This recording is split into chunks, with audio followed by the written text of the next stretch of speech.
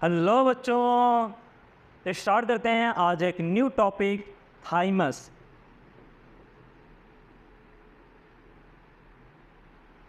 अगर मैं थाइमस के पोजीशन की बात करूं कि थाइमस पाया कहाँ पे जाता है, तो थाइमस जो होता है ये तुम्हारा लोकेटेड होता है बिटवीन द लंग्स, यानी लंग्स के बीच में होता है, बिहाइंड द स्टर्नम, स्टर्नम के पीछे होता है, and on the ventral side of aorta, और एओर्टा के आगे होता है। ठीक है, ये होता है यहाँ पर एक बोन है, इस बोन को हम क्या कहते हैं, स्टर्नम। ठीक है, मान लो ये क्या बोन है, इस बोन को हम क्या कहते हैं, sternum.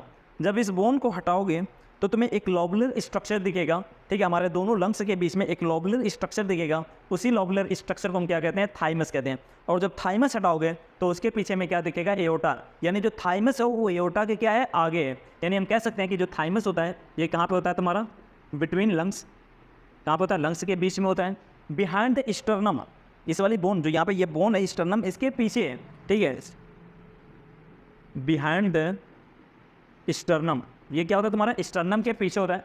And on the ventral side, and on the ventral side of aorta, और एओर्टा की क्या होता है तुम्हारे आगे होता है, एओर्टा की क्या होता है, आगे होता है। थाइमस जो होता है ये तुम्हारा एक प्रोटीन बनाता है जिसे हम बोलते हैं थाइमोसिन। थाइमोसिन, ठीक है। और ये जो थाइमोसिन नाम का हार्मोन है ये तुम्हारा कैसा होता है, पेप्टाइड नेचर का होता है। कैसा होता है, पेप्टाइड नेचर का होता है। अब इस थाइमोसिन हार्मोन का हमारे बॉडी के अंदर काम क्या होता है, तो ये बताओ, जो हमारी इम्यूनिटी है, ठीक है, वहाँ पे तुम्हारी लिम्फोसाइट्स होती हैं। ठीक है, लिम्फोसाइट्स होती हैं वो इन्वॉल्व होती हैं किसमें, हमारी इम्यूनिटी में। और लिम्फोसाइट तुम्हारी बी लिम्फोसाइट और टी लिम्फोसाइट। ये बताओ, ये जो तुम्हारे टी लिम्फोसाइट्स हैं, ठीक है, जो तुम्हारे टी लिम्फोसाइट्स हैं, टी लिम्फोसाइट तुम्हारी बनती कहाँ पे है, बोन मैरो में। ऐसे समझ लो कि टी लिम्फोसाइट क्या है, आर्मी है। अगर मुझे आर्मी ज्वाइन करनी है तो क्या मुझे डायरेक्ट बॉर्डर पे भेज दिया जाएगा, या उससे पहले ट्रेनिंग सेंटर में भेजा जाएगा, जहाँ पे मैं चीज़ों को सीखूंगा कि किस तरीके से कौन सा हथियार चलाया जाता है, कैसे क्या किया जाता है। ठीक है, तो टी लिम्फोसाइट क्या है, आर्मी है, बनी कहाँ पे, बोन मैरो में। अब इसे क्या करना है कि कोई भी फॉरेन पार्टिकल हमारे बॉडी के अंदर अगर इंटर कर रहा है, बैक्टीरिया, वायरस या कुछ भी, तो उससे इसे क्या करना है, लड़ना है। तो अब डायरेक्ट इसके ऐसा तो है नहीं कि डायरेक्ट ये बनी और उठा के हम भेज देंगे कि आप लड़ने जाओ। उससे पहले इसे हमें क्या करना पड़ेगा, ट्रेन करना पड़ेगा। तो ट्रेन करने के लिए इसे हम कहाँ पे बोलते हैं, टी से टी लिम्फोसाइट और टी से थाइमस। कहाँ पे भेजा जाता है, थाइमस में भेजा जाता है। और इसे डिफ्रेंशिएट करने में किसका रोल होता है, तुम्हारे थाइमोसिन का। यानी थाइमोसिन जो होता है ये क्या करता है, तुम्हारा डिफ्रेंशिएट करता है। क्या करता है, डिफ्रेंशिएट टी लिम्फोसाइट को क्या करता है, डिफ्रेंशिएट करता है। साथ ही साथ जो थाइमोसिन होता है ये क्या करता है, प्रमोट करता है प्रोडक्शन ऑफ एंटीबॉडी। ठीक है, ये क्या करता है तुम्हारा, साथ ही साथ प्रमोट प्रोडक्शन ऑफ एंटीबॉडी, यानी एंटीबॉडी के प्रोडक्शन को क्या करता है, प्रमोट करता है। अब अगर ये तुम्हारे टी लिम्फोसाइट को डिफ्रेंशिएट कर दिया तो टी लिम्फोसाइट क्या होगी, कोई भी फॉरेन पार्टिकल है तो उससे जाकर फेस टू फेस सामना करेगी। और जब कोई फेस टू फेस सामना करे ना, तो ऐसी इम्यूनिटी को कहा जाता है सेल मेडिएटेड इम्यूनिटी। तो टी लिम्फोसाइट की वजह से हमें क्या मिलेगी, सेल मेडिएटेड इम्यूनिटी मिलेगी। ठीक है, और अगर तुम्हारी एंटीबॉडी है, ठीक है, एंटीबॉडी है, अगर एंटीबॉडी की वजह से हमें इम्यूनिटी मिल रही है तो ऐसी इम्यूनिटी को हम कहते हैं ह्यूमोरल इम्यूनिटी। तो इसकी वजह से हमें क्या मिलती है, ह्यूमोरल इम्यूनिटी मिलती है। इतना है समझ में। यानी हम कह सकते हैं कि जो थाइमस है ये इन्वॉल्व होता है किसमें, हमारे इम्यून सिस्टम में इन्वॉल्व होता है। जो छोटे बच्चे होते हैं उनका जो थाइमस होता है ना वो लार्ज होता है। अगर लार्ज थाइमस है इसका मतलब कि थाइमोसिन प्रोडक्शन ज़्यादा हो रहा होगा, तो उनके टी लिम्फोसाइट ज़्यादा डिफ्रेंशिएट होंगी, ज़्यादा एंटीबॉडी बनेगी, तो उनकी इम्यूनिटी भी क्या होती है, अच्छी होती है। उनकी इम्यूनिटी क्या होती है, काफ़ी स्ट्रांग होती है। लेकिन ओल्ड पर्सन में, ठीक है, ये जो थाइमस होता है, ओल्ड पर्सन में जो थाइमस होता है इसकी साइज़ क्या होती है, रेड्यूस हो जाती है। ठीक है, size reduce in old person में इसकी साइज़ क्या हो जाएगी, छोटी हो जाएगी, जिसकी वजह से ओल्ड पर्सन का जो इम्यून सिस्टम होता है वो कैसा होता है, वीक होता है। ठीक है, तो ओल्ड पर्सन देख लो जो बुढ़े हो जाते हैं वो बहुत जल्दी बीमार पड़ जाते हैं, क्योंकि उनका जो इम्यून सिस्टम है वो इतना स्ट्रॉन्ग नहीं होता है। और रीज़न क्या है कि उनका जो थाइमस है उसका साइज़ क्या हो गई है, रिड्यूस हो गई है, यानी छोटी हो गई है। ठीक है, इसे नोट करिए। इसके बाद स्टार्ट करते हैं एड्रेनल ग्लैंड। अगर एड्रीनल ग्लैंड की बात करें तो एड्रीनल ग्लैंड पेयर के फॉर्म में होती है, यानी हमारे बॉडी के अंदर कितनी एड्रीनल ग्लैंड होती हैं? 2, और 2 का मतलब कितना? 1 पेयर, ठीक है। तो एड्रीनल ग्लैंड जो होती हैं ये कैसी होती है? तुम्हारी पेयर होती हैं। ये पाई कहाँ पे जाती हैं? On the anterior portion of kidney. जो हमारी किडनी है उसका जो एंटेरियर पोर्शन होता है, ठीक है, यानी जो ऊपर वाला पार्ट होता है उस पर देखना हैप्पी बर्थडे टू यू वाली क्या होती है? टोपी लगी होती है, एंड दैट टोपी इज कॉल्ड एड्रीनल ग्लैंड, ठीक है। ये तो हमारे पास कितनी किडनी है? 2 किडनी है, ठीक है। एक किडनी ये हो गई, ठीक है, एक किडनी ये हो गई। इन दोनों किडनी के एंटेरियर पोर्शन पे यानी आगे की तरफ क्या होता है?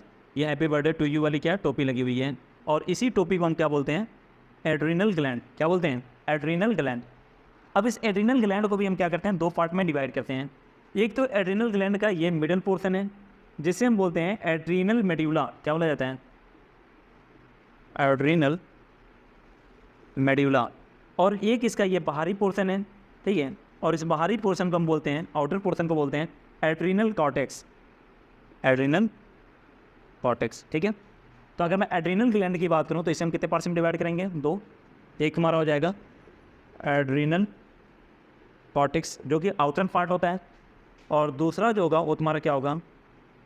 एड्रीनल मेड्यूला जो कि तुम्हारा अंदर वाला पार्ट होता है। Adrenal cortex and adrenal medulla. ये जो तुम्हारा एड्रीनल मेड्यूला यानी जो इनर पार्ट होता है ये 2 प्रकार के हार्मोन का फॉर्मेशन करता है, ठीक है। ये कितने प्रकार के फॉर्मेशन करता है? 2। एक का नाम होता है एड्रीनैलिन। एक क्या होता है तुम्हारा?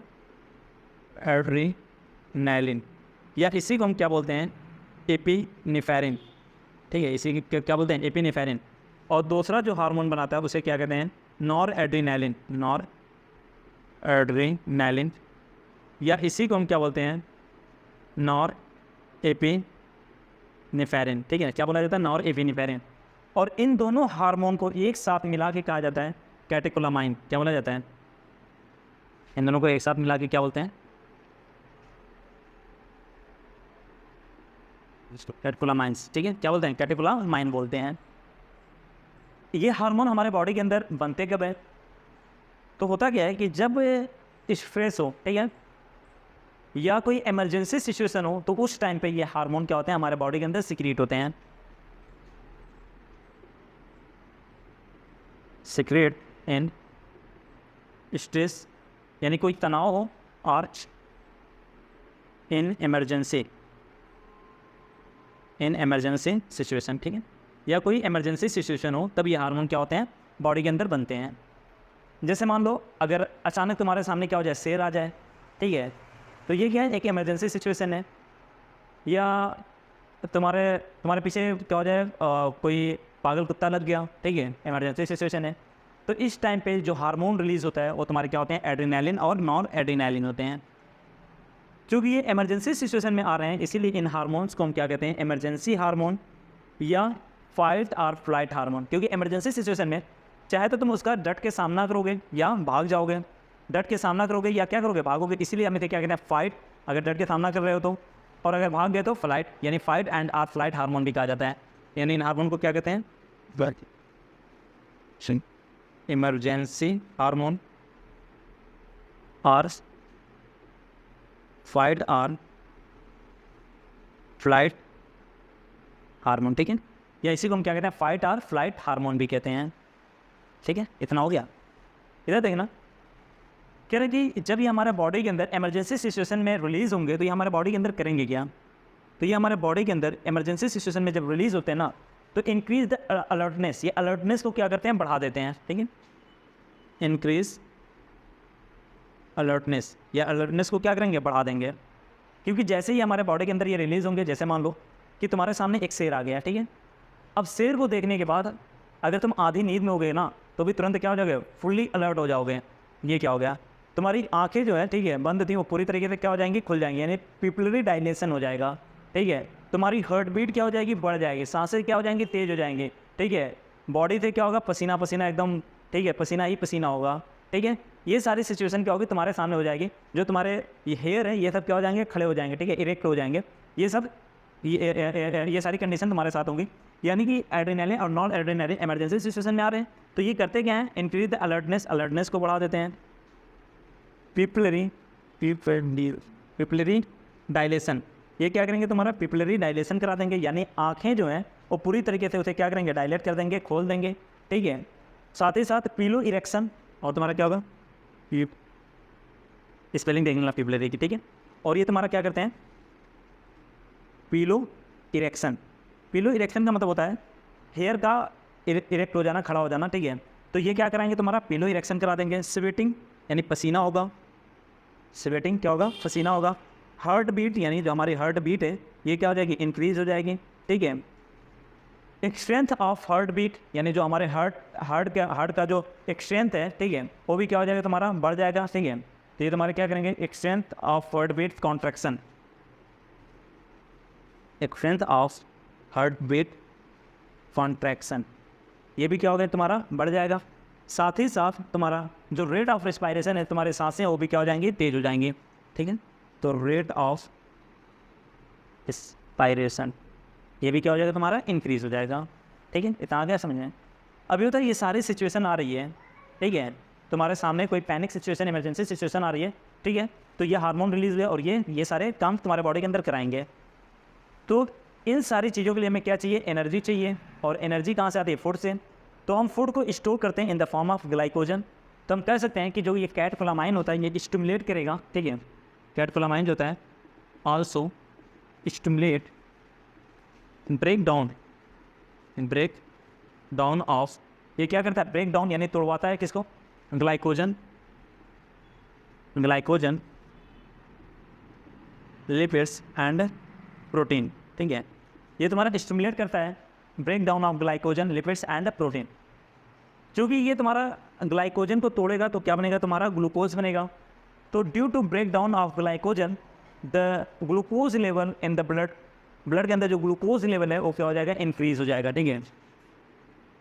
Due to break down of glycogen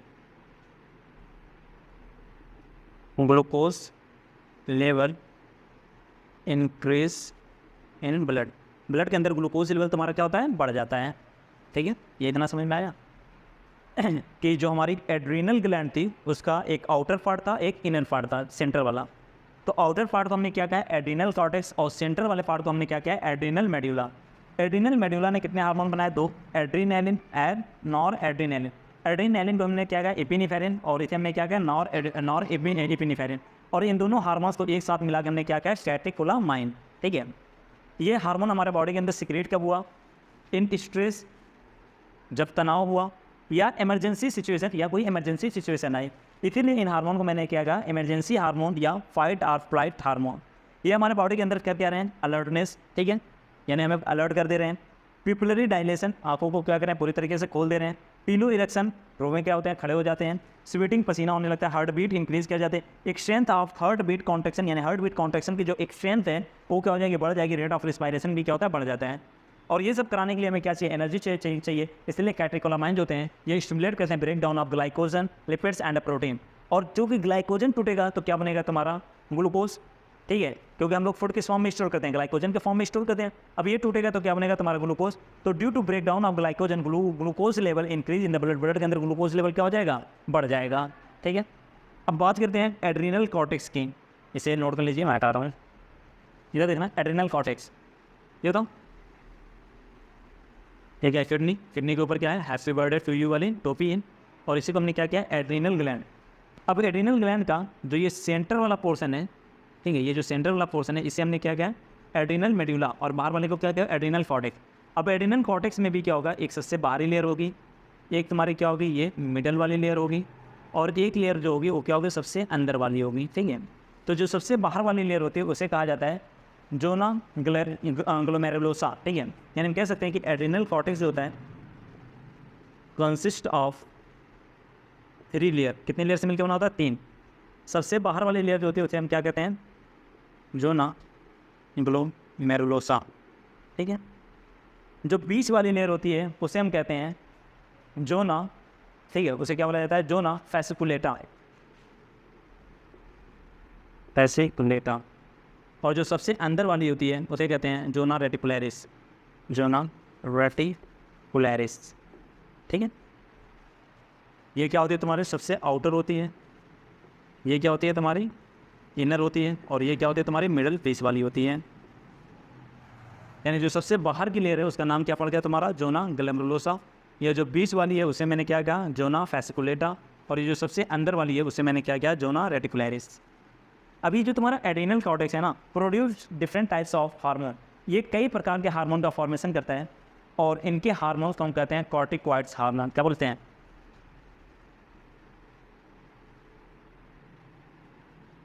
produce many hormones. ये बहुत सारे हार्मोन का फॉर्मेशन करते हैं और उन हार्मोन्स को हम क्या कहते हैं, कॉर्टिकॉइड हार्मोन। ठीक है, उस हार्मोन को क्या कहा जाता है, कॉर्टिकॉइड हार्मोन कहते हैं। अभी जो तुम्हारा कॉर्टिकॉइड हार्मोन है ना, इसमें से कुछ कॉर्टिकॉइड हार्मोन ऐसे होंगे जो इन्वॉल्व होंगे इन मेटाबॉलिज्म ऑफ कार्बोहाइड्रेट्स, यानी कार्बोहाइड्रेट मेटाबॉलिज्म में इन्वॉल्व होंगे। और कुछ कॉर्टिकॉइड्स हार्मोन ऐसे होंगे जो रेगुलेट करेंगे, ठीक है, water and electrolytes in our body, यानी हमारे बॉडी के अंदर वाटर और इलेक्ट्रोलाइट्स को रेगुलेट करेंगे। तो ऐसे कॉर्टिकॉइड्स हार्मोन जो इन्वॉल्व होते हैं इन मेटाबॉलिज्म ऑफ कार्बोहाइड्रेट्स, उसे हम कहते हैं ग्लूकोकॉर्टिकॉइड्स। क्या बोलते हैं, ग्लूकोकॉर्टिकॉइड्स। और जो तुम्हारा रेगुलेट करते हैं वाटर एंड मिनरल्स, वाटर और मिनरल को हमारे बॉडी के अंदर रेगुलेट करते हैं, उसे हम कहते हैं मिनरलोकॉर्टिकॉइड। ठीक है, तो आइए देखें क्या कारण। एड्रिनल कॉर्टेक्स जिस हार्मोन को रिलीज कर रहा है उसे हमने नाम क्या दिया है, कॉर्टिकॉइड्स। ठीक है, अभी तो ये जो कॉर्टिकॉइड्स हैं इसे हमने कितने पार्ट्स में डिवाइड किया, दो। एक होता है तुम्हारा ग्लूकोकॉर्टिकॉइड्स, ठीक है, और दूसरा क्या होता है तुम्हारा मिनरलोकॉर्टिकॉइड। ठीक है, क्या है तुम्हारी मिनरलोकॉर्टिकॉइड। ये जो तुम्हारे ग्लूकोकॉर्टिकॉइड्स हैं ये तुम्हारा इन्वॉल्व होता है, इन्वॉल्व इन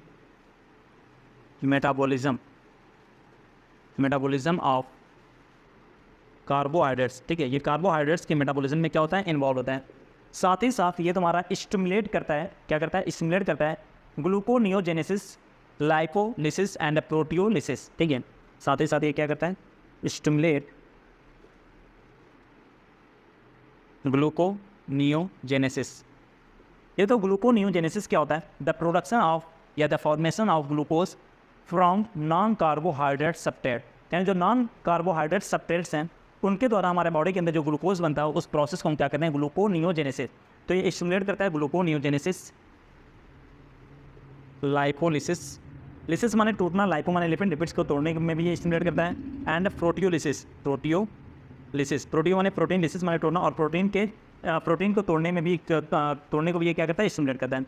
साथ ही साथ ये तुम्हारा क्या करता है, इनहिबिट करता है cellular uptake and utilisation of amino acid. ठीक है, ये क्या करता है, इनहिबिट माने रोकना, inhibit cellular uptake and utilisation of amino acid.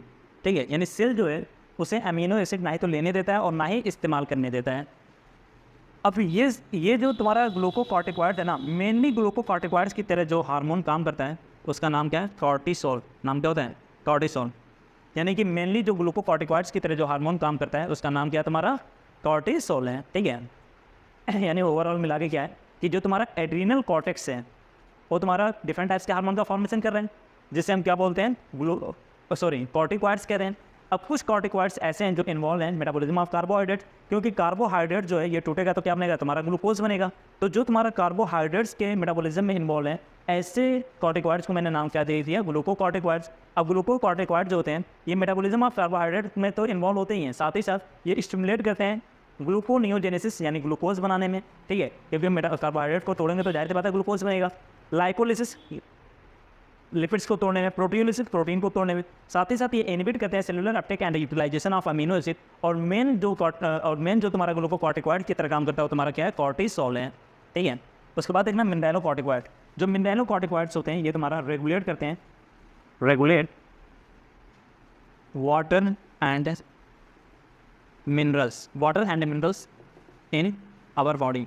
हमारे बॉडी के अंदर जो वाटर और मिनरल को जो रेगुलेट करता है ऐसे कॉर्टिकॉइड्स को नाम क्या देते हैं, मिनरलोकॉर्टिकॉइड्स। और मिनरलोकॉर्टिकॉइड्स की तरह मेनली काम करता है तुम्हारा एल्डोस्टेरोन। कौन करता है, एल्डोस्टेरोन करता है। ठीक है, उसके बाद देखना थोड़ा सा हम कॉर्टिसोल की बात करेंगे और थोड़ा एल्डोस्टेरोन की बात करेंगे कि कॉर्टिसोल हमारे बॉडी के अंदर क्या कराता है। ठीक है, और एल्डोस्टेरोन से हमारे बॉडी के अंदर क्या होता है, चलिए आइए देखें।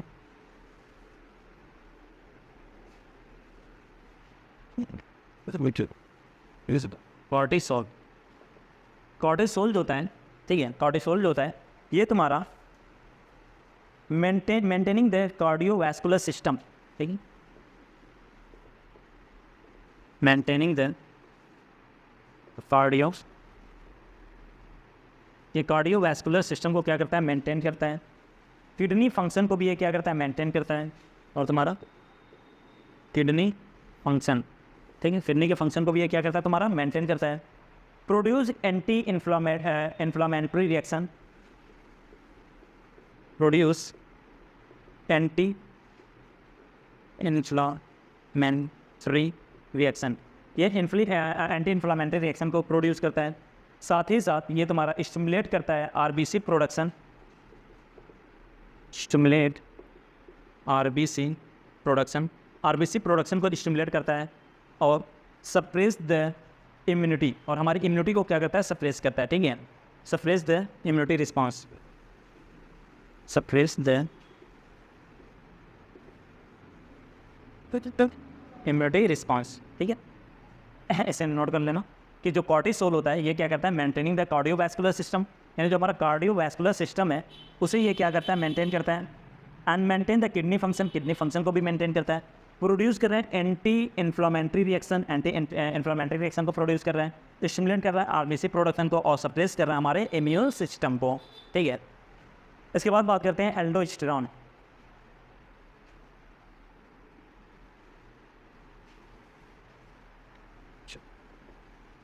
एल्डोस्टेरॉन, एल्डोस्टेरॉन जो होता है ये मेनली एक्ट करता है रीनल ट्यूब्यूल पे, mainly acts on renal tubule, ठीक है। ये किस पे काम करता है, रीनल ट्यूब्यूल पे काम करता है। रीनल जो होता है ये किससे रिलेटेड होता है, किडनी से, यानी ये हमारे नेफ्रॉन पे काम करता है। और वहाँ पे ये काम करके करता क्या है, reabsorption of water and Na+, water और Na+ की क्या करता है, रीएब्जॉर्प्शन कराता है, ठीक है। Stimulate reabsorption of Na+ and water, Na+ और वाटर का ये क्या कराता है, रीएब्जॉर्प्शन कराता है। साथ ही साथ ये स्टिमुलेट करता है excretion of K+ and phosphate ion, Q3- ion, ठीक है। यानी कि इनको हमारी बॉडी से ये क्या करता है, रिमूव कराता है, ठीक है। स्टिमुलेट करता है excretion of K+ and phosphate ion. साथ ही साथ ये क्या करता है, हेल्प करता है in maintenance of, help in maintenance of electrolytes, ये क्या करता है, इलेक्ट्रोलाइट्स को मेंटेन करता है। बॉडी वॉल्यूम, ठीक है, इलेक्ट्रोलाइट्स, बॉडी फ्लूइड वॉल्यूम,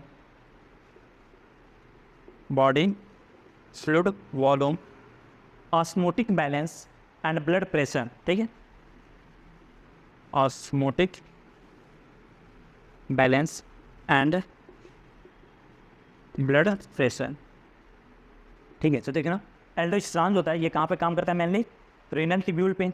साथ ही साथ ये क्या कर रहा है, तुम्हारा स्टिमुलेट कर रहा है reabsorption of Na+ and water. साथ ही ये स्टिमुलेट कर रहा है excretion of K+ and phosphate ion. और ये हेल्प कर रहा है in maintenance of electrolytes, body fluid volume, osmotic balance या osmotic pressure and blood pressure. आई समझ में? इधर देखना, कह रहा कि जो हमारा एड्रीनल कॉर्टेक्स है ना, ये थोड़ा बहुत क्या करता है, एंड्रोजेनिक स्टेरॉयड हार्मोन का भी फॉर्मेशन करता है, ठीक है। Adrenal cortex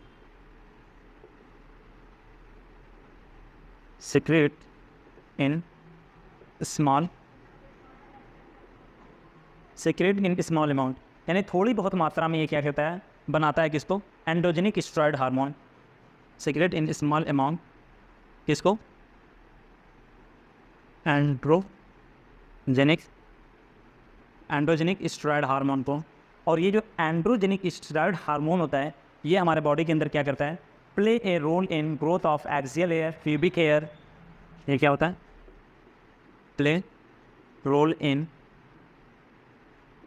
growth of axial hair, pubic hair and facial hair at puberty. कब, प्यूबर्टी पे, एट प्यूबर्टी। आई समझ में? साथ ही साथ एक चीज़ और है कि जो तुम्हारा एड्रिनल कॉर्टेक्स है ना, ये क्या कर रहा है, हार्मोन बना रहा है, जिसमें से कुछ हार्मोन ग्लूकोकॉर्टिकॉइड्स की तरह काम करें। अगर इन हार्मोन्स का फॉर्मेशन कम हो जाए, ठीक है, अगर इनका फॉर्मेशन कम हो गया तो जो तुम्हारा कार्बोहाइड्रेट्स हैं उसकी मेटाबॉलिज्म क्या हो जाएगी, अल्टर हो जाएगी, बदल जाएगी। यानी जितना उसे तोड़ना था उतना टूटेगा नहीं, जिसकी वजह से बॉडी में क्या हो जाएगी, वीकनेस आ जाएगी, थकान होगी। और इस बीमारी को कहते हैं एडिशन डिजीज़। क्या बोलते हैं? Addison disease.